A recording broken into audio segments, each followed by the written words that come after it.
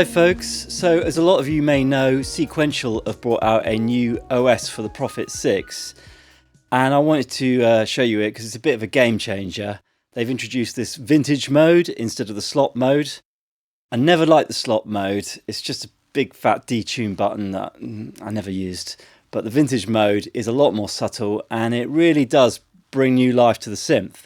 I bought the Prophet 6 to take on tour and it did a world tour with Jamiroquai with me and it was good as gold, really good bit of kit.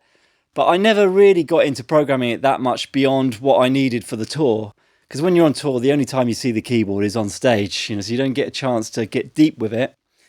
But since I got this new OS and got into the vintage mode, it's really brought alive the synth and I've fallen in love with it again. I've programmed 50 custom patches, which you can buy at my website. The link is below.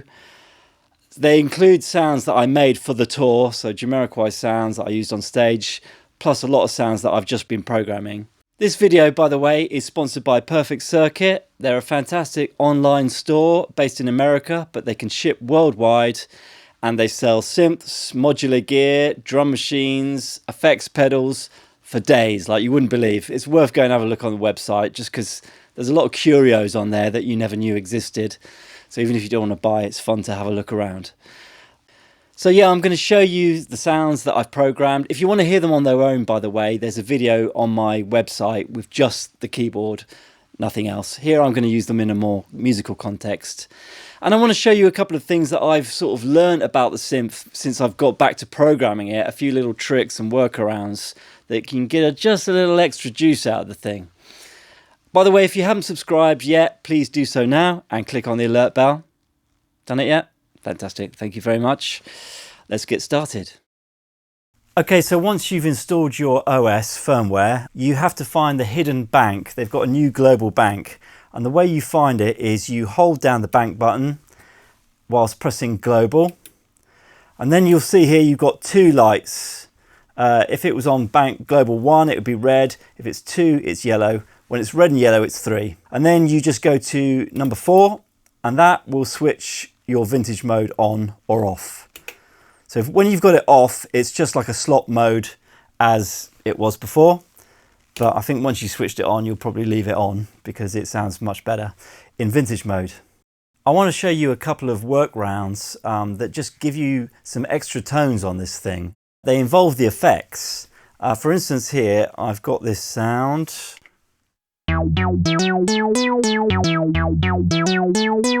Perfectly cool. But check this.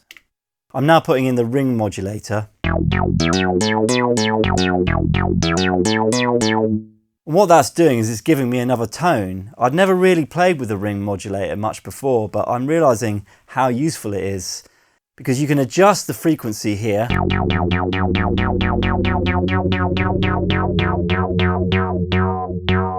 And tune it to the synth.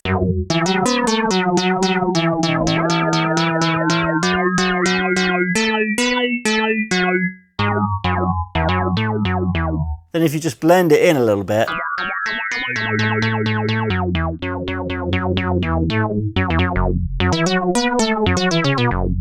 Cool little trick. I mean, I've been using it quite a bit to add something to sound. Sometimes you can use just a tiny bit of it at a very high frequency and it'll give a little bit of air to the sound and sort of gives it a bit of grunginess, a bit of vintage sort of vibe to it as well.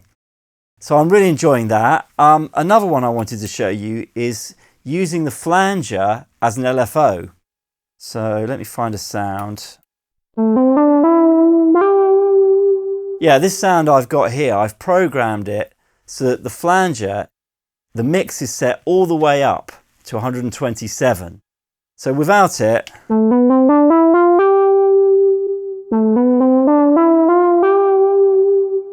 the flanger is now acting as an LFO.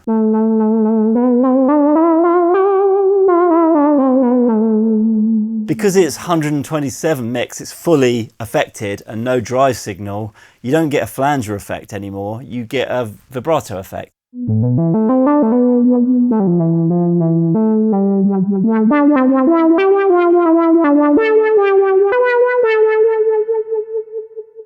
I think that's really useful, you know, it's giving you a whole extra LFO albeit a very simple one.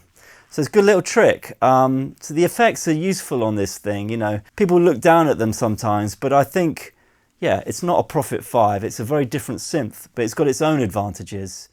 So let me show you the vintage mode itself. As I say, it's now controlled by the slop potentiometer. It now becomes vintage mode. With it off,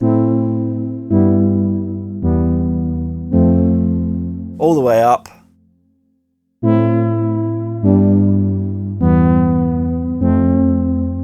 you can hear what it's doing. It's not just detuning each note, it's detuning one note against the other. So the whole keyboard goes a bit out of tune. Quite extreme mode, but it really does give you a vintage feeling. You know, it feels more like an old synth because of that calibration. You know, the notes are out of tune with each other. And it's also doing a stepping thing, I think, on the envelope. You can hear it even if you have a pure tone. Don't know if you can hear that. It's opening and closing. I'll find a better sound to it as an example. So you can hear what it's doing. It's obviously got a series of steps where it goes a little bit out of tune. It opens the envelope and closes it back again. So it's a bit of electricity, but it really works. It makes it sound less of a modern synth because the Prophet 6 has always been a fab synth, but always sounded quite shiny and modern. And this does really help you get some of those vintage tones out of it.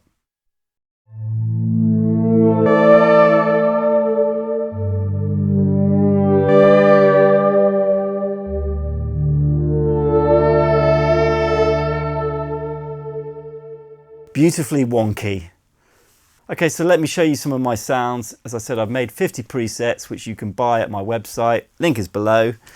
I'm really happy with them. I spent a lot of time really trying to make them as good as I could. And I also tried to make them quite practical so that you can use them in a track. They're not just sort of bells and whistles type sounds. So check them out.